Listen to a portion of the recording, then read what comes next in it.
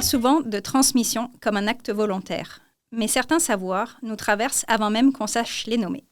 Aujourd'hui, nous rencontrons Charles Brousseau, un passionné du vivant et amoureux du bois. Un épisode authentique, enraciné dans le présent, tourné vers le futur et résolument ancré dans le passé. Merci Charles d'avoir accepté notre invitation. Ouais, ça fait plaisir.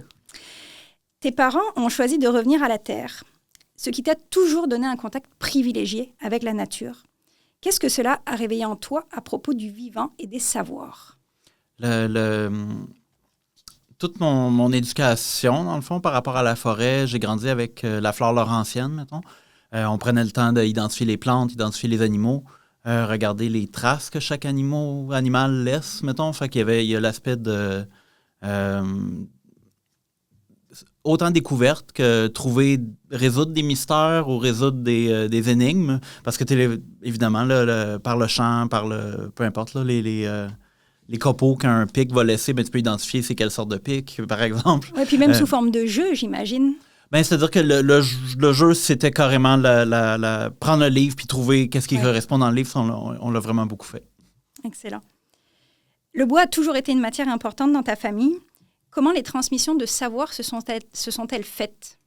Il y a beaucoup par osmose. Mm-hmm. C'est-à-dire que même le fait de grandir avec autant des livres sur l'identification des outils anciens, des livres sur leur usage, puis aussi même par les traces que les outils ont laissées. Fait qu'un peu comme avec les pistes d'animaux, chaque outil, une herminette ne va pas laisser la même trace sur une poutre qu'une hache, par exemple.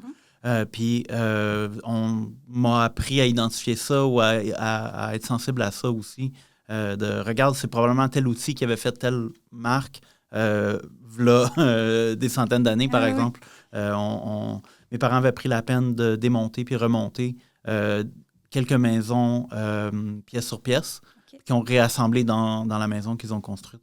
Fait que de ça, on pouvait reconnaître une partie qui était le travail de l'humain, une partie qui était le travail de la tordeuse, par exemple. Il y avait les chevrons d'une partie de la maison, ont tous été cueillis après qu'une tordeuse soit passée. Fait qu'il y a encore la dentelle là, qui ont laissé derrière, plus évidemment l'équarrissage qui a été fait. Puis tes parents, ils faisaient quoi comme métier, par curiosité? Ma mère était orthopédagogue au primaire. Puis mon père avait, lui, étudié en archives. Il avait été charpentier. Quand ils ont commencé leur retour à la terre, il a élevé des moutons. Puis il a consacré une bonne partie de sa vie après ça à conserver l'environnement. C'est-à-dire que son métier est devenu écologiste, un peu par la force des choses. Comme autodidacte, là, il avait besoin d'étudier autant l'hydrogéologie que la gestion des déchets, que les différentes lois par rapport et la préservation, l'identification, la préservation des espèces vulnérables et menacées, par exemple. Et c'est ça aussi que toi, tu veux promouvoir, les savoirs, les savoir-faire. Qu'est-ce que la forêt t'apprend quand tu l'observes, quand tu restes avec elle dans la forêt? Sûrement un genre de cohésion. Quand on passe du temps en forêt, on se rend compte que tout est connecté, dans le fond, puis on le sait scientifiquement que par les racines, par les réseaux de mycorhizes, tout se parle. On peut... puis aussi comment chaque partie de la forêt exprime une certaine personnalité. C'est-à-dire que même la même essence d'arbre, d'un individu à l'autre, ils ont carrément une personnalité. Il y en a qui sont... c'est-à-dire que ils donnent des indices d'une personnalité où ce qu'on va voir, mettons, un arbre qui va sortir ses feuilles plus tôt au printemps que les autres d'à côté qui attendent au cas qu'il y aurait un gel. Puis on se rend compte comment que tout ça interagit entre eux. C'est un genre de chaos organisé qui donne beaucoup d'inspiration pour la créativité après. Tu as envie de répliquer ou de communiquer qu'est-ce que tu peux observer ou qu'est-ce que tu peux voir faire. Là. Et ça, pour rebondir, d'un point de vue vraiment très personnel, j'ai une anecdote. Moi, je suis très, très connectée au saule pleureur. Les arbres, en règle générale, mais le saule, c'est depuis que je suis toute petite. Puis, dans mon terrain, actuellement, j'ai un magnifique saule pleureur. Puis il y a vraiment cet aspect de protection, cet aspect vraiment fort que je retrouve. Et on était vraiment loin de la maison et je suis allée parler à un saule pour voir si j'avais le même ressenti. Puis instantanément, c'est incroyable, hein, cette espèce de bulle de protection, là, peu importe le saule finalement où on est. Donc ouais, je partage beaucoup cet aspect relationnel là, de la forêt. Puis est-ce que ça t'apaise? Est-ce que c'est ton milieu de travail? Comment tu vis organiquement justement avec la forêt? Ben,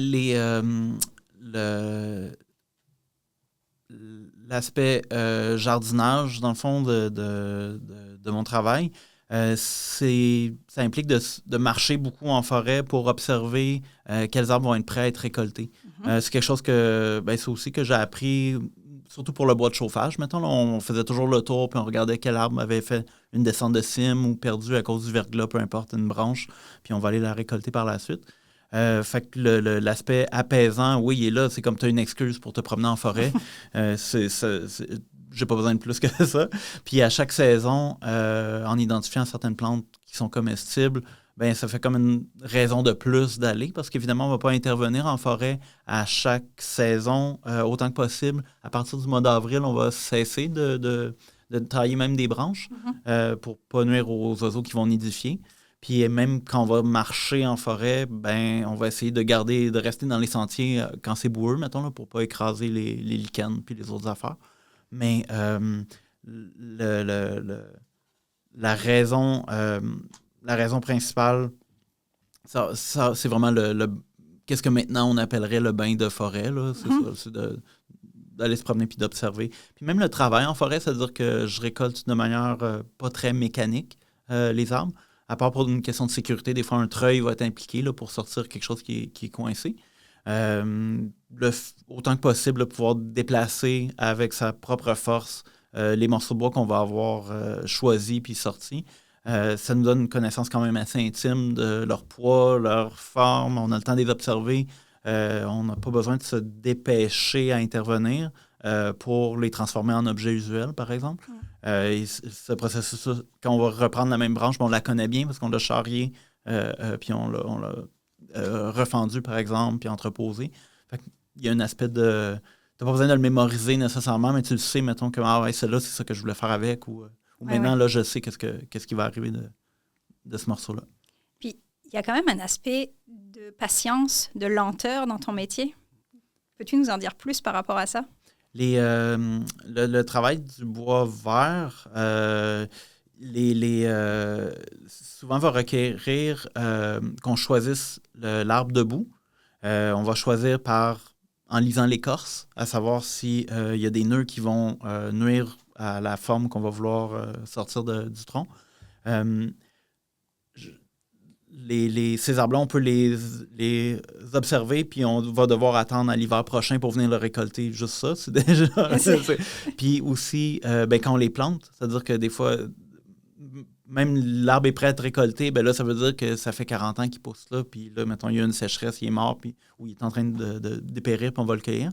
Mais chaque année, on en plante des nouveaux, puis tout d'un coup, là, on se rend compte que, finalement, il va finir par arriver, mais tu as déjà attendu une dizaine d'années, tu peux attendre encore un peu avant d'aller le cueillir.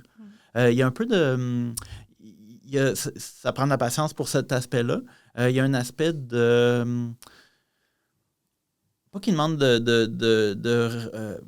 qui demande une certaine ponctualité. C'est-à-dire qu'il y a des interventions que tu ne peux pas faire avant l'année prochaine. Peut-être un thème plus commun, ce serait par exemple entailler pour cueillir le sirop d'érable. Tu sais, il y a une saison pour. Ouais, c'est ça. Puis c'est là. Puis si t'es pas prêt là, c'est l'année prochaine. Ça finit là.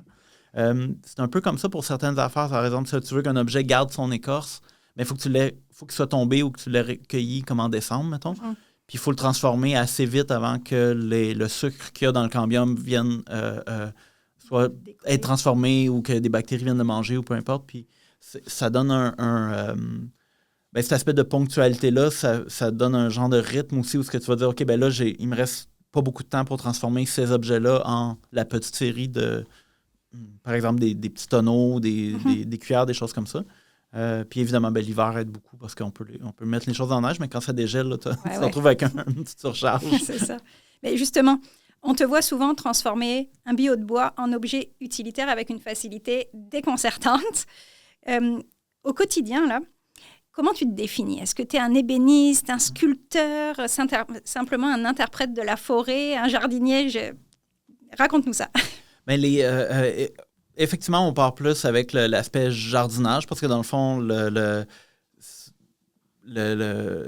discours, parler de la forêt, observer les arbres, planter des nouveaux arbres, c'est ce qui m'anime le plus. J'ai trouvé un terme européen qui ressemble un peu au travail, qui correspond à beaucoup d'aspects du travail que je fais quand je transforme le bois. C'est celui de boisselier. Historiquement, ça aurait été les gens qui faisaient les boisseaux, donc des instruments de mesure, des tonneaux, mais des tonneaux secs probablement, souvent, qui auraient été taillés beaucoup en bois, en feuillus verts, puis pas nécessairement en chêne, pas nécessairement, tu sais, comme le tonnelier va travailler certaines essences plus spécifiquement, puis avoir des règles, mettons, oui. là, un peu plus spécifiques. Puis par extension, le boisselier aurait fait de la vaisselle en bois, aurait fait des louches pour aller avec, pour écrémer, peu importe. Puis souvent aurait eu des outils qui sont adaptés à travailler localement le bois de la place. Donc, l'aspect facilité, c'est si je me déplace d'une forêt un petit peu plus loin, ben j'ai pas la même facilité parce que je connais bien les arbres, comment ils se travaillent, puis comment que mes outils sont aiguisés pour les travailler. Puis même la force que j'ai besoin de mettre, par exemple, quand je tourne avec le tour à perche, avec un tour manuel, je sais que cette sorte de bois-là, quand il a mûri quelques semaines, ben il se travaille de telle manière, mettons. Ça c'est une connaissance que probablement que les boisseliers auraient eu plus que le concept d'ébéniste qui aurait été pour travailler des bois exotiques que je ne connais pas du tout. C'est-à-dire que c'est un total mystère, là, par exemple, là, quand j'ai un bois qui vient pas des cantons de l'Est, on va dire. Fait que je suis pas prêt à travailler des bois tropicaux. Non, mais c'est très intéressant. Puis, as-tu des exemples concrets pour nos éditeurs de qu'est-ce que tu fabriques concrètement? C'est toujours l'objet du moment. Là. En ce moment, pour rebondir sur le boisseau, il y a une sorte d'objet qui se nomme en anglais un shrink pot, donc un pot serti. C'est l'ancêtre du tonneau. En réalité, c'est un tonneau qui est creusé dans une bûche en évidant le centre de la bûche. Okay. La bûche est verte, on la garde fraîche le plus longtemps possible. On creuse une rainure, pareil comme pour insérer le fond d'un tonneau, donc il y a une rainure qui est creusée. La différence, c'est que l'assemblage se fait avec un fond sec, tandis que la bûche est encore verte, encore humide. En séchant, la bûche va sertir le fond, puis ça donne un tonneau, un boisseau sec. Il y a l'usage de ces objets-là est documenté depuis toujours, on s'entend, mais précisément, j'ai trouvé même une méthode des années... je pense que c'est 1760, quelque chose comme ça, dans un livre sur la foresterie, où il y a un chapitre sur les sabotiers, il y a un chapitre sur les tourneurs, puis il y a un chapitre sur ces tonneaux-là. Puis eux poussaient un petit peu la technicité en ne le sertissant pas quand il était totalement vert. Okay. Donc, pour contrôler un peu l'expansion du truc, il laissait sécher ou il l'enfumait. Puis ensuite, il l'ébouillantait pour l'agrandir, pour rentrer le tonneau. Le fond du tonneau. À ce moment-là, on peut sertir les deux bouts puis mettre un robinet, pareil comme un vrai tonneau. Okay. Donc, c'est un exemple d'objet que je fabrique là. Pour la raison de l'écorce aussi, parce que l'arbre qui me sert à les faire a l'écorce qui est attachée dessus parce qu'il a été coupé en décembre. Fait que je pense juste à ça. C'est parfait. Ce mois-ci.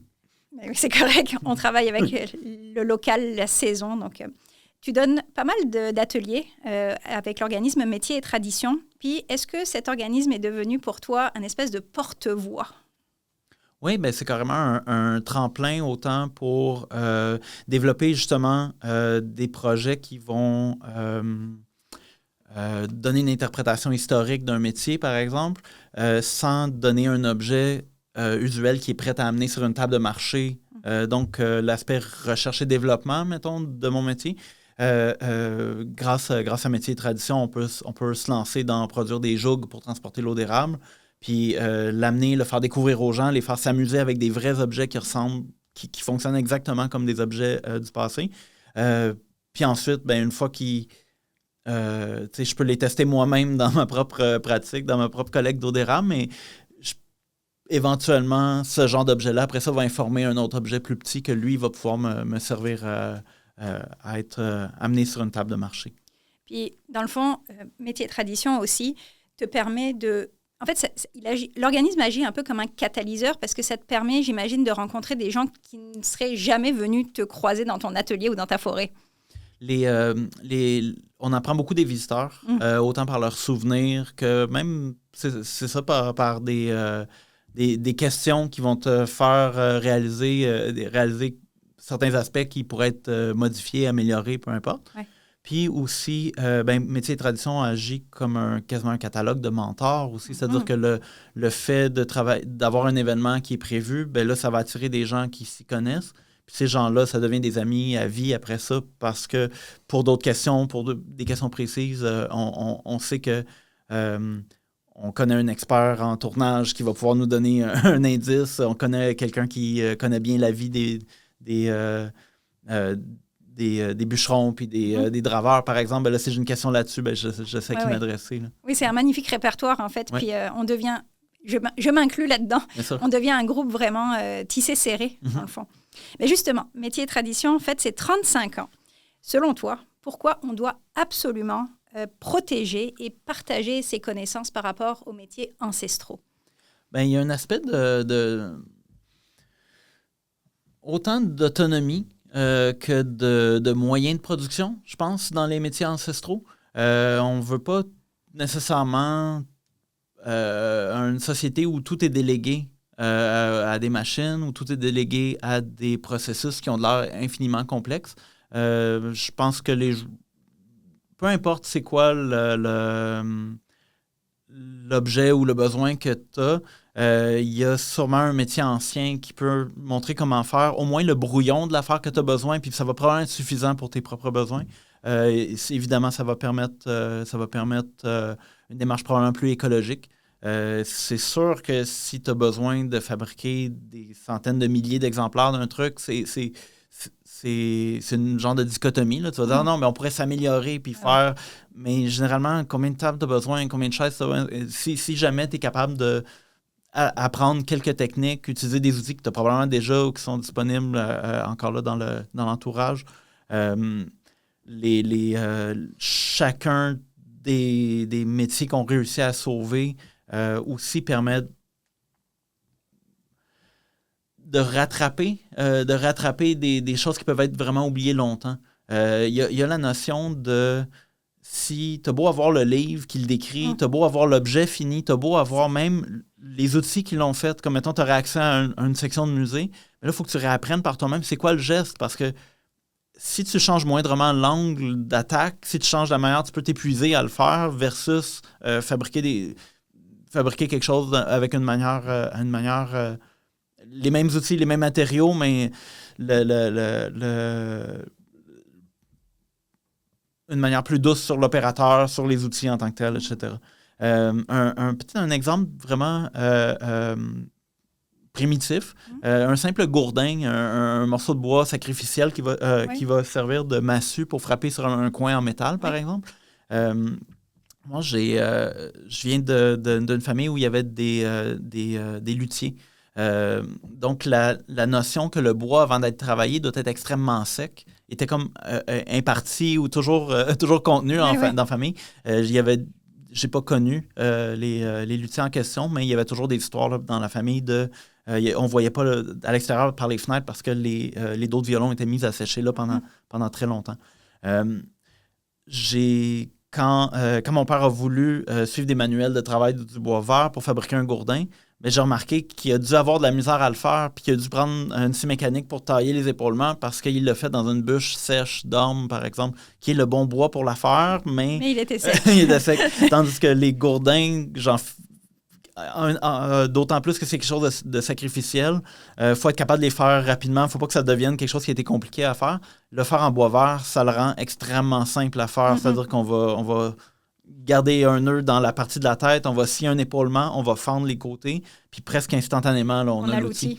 Je me suis souvent pris à réfléchir juste à partir de cet exemple-là, mais combien d'autres qu'on a de méthodes ou de techniques où on l'approche comme à l'envers Ouais. ou Comment ou du mauvais simplifier côté. aussi, ouais. Oui, exact. Puis, ça, c'est une question un peu plus philosophique. Qu'est-ce que tu perds, toi, Charles, si tu ne transmets pas aux autres? Mais je pense que c'est un peu comme la démarche d'un cuisinier là, qui, tu sais, que tu cuisines quelque chose puis tu veux le faire goûter. À chaque fois qu'on va découvrir quelque chose dans cette démarche-là, soit une nouvelle anecdote, une nouvelle méthode, un nouveau résultat même, c'est quasiment irrésistible de le partager puis de trouver quelqu'un que ça va intéresser. C'est-à-dire que tu peux pas arrêter quelqu'un dans la rue et dire « Regarde les courses de boulot, tu peux faire ça avec. » Mais par contre, dans un contexte où les gens ont déjà manifesté un intérêt, ben, tu peux découvrir qu'est-ce qu'eux ont envie de fabriquer ou qu'est-ce qu'eux ont envie de voir plus. Puis à ce moment-là, partager je dis découvertes, mais c'est ça, des anecdotes, des trucs que tu as réappris, mettons. Souvent aussi, les connaissances, on n'est pas prêt à les apprendre, même si tu la reçois d'une manière ou d'une autre, verbalement ou en lisant. Si tu ne l'as pas pratiqué un peu, tu n'es pas prêt à l'apprendre. Donc, ce que je peur, c'est de ne pas le montrer fréquemment pour qu'à un moment donné, attraper quelqu'un qui va me dire « Ah oui, mais là, ton pivot, il devrait être un petit peu plus haut par rapport à ta pédale. » C'est quelque chose qui aurait pu m'être dit ou peut-être déjà dit il y a longtemps où je l'ai lu que ça devait être comme ça, mais quand tu es rendu à le faire, puis là, ben, après ça va informer le reste du processus. Puis par rapport au futur, est-ce qu'il y a quelque chose qui t'inquiète dans la transmission des savoirs? Est-ce qu'il y a quelque chose qui te rassure aussi? Parce que ça peut être dans les deux sens. J'aimerais bien t'entendre là-dessus.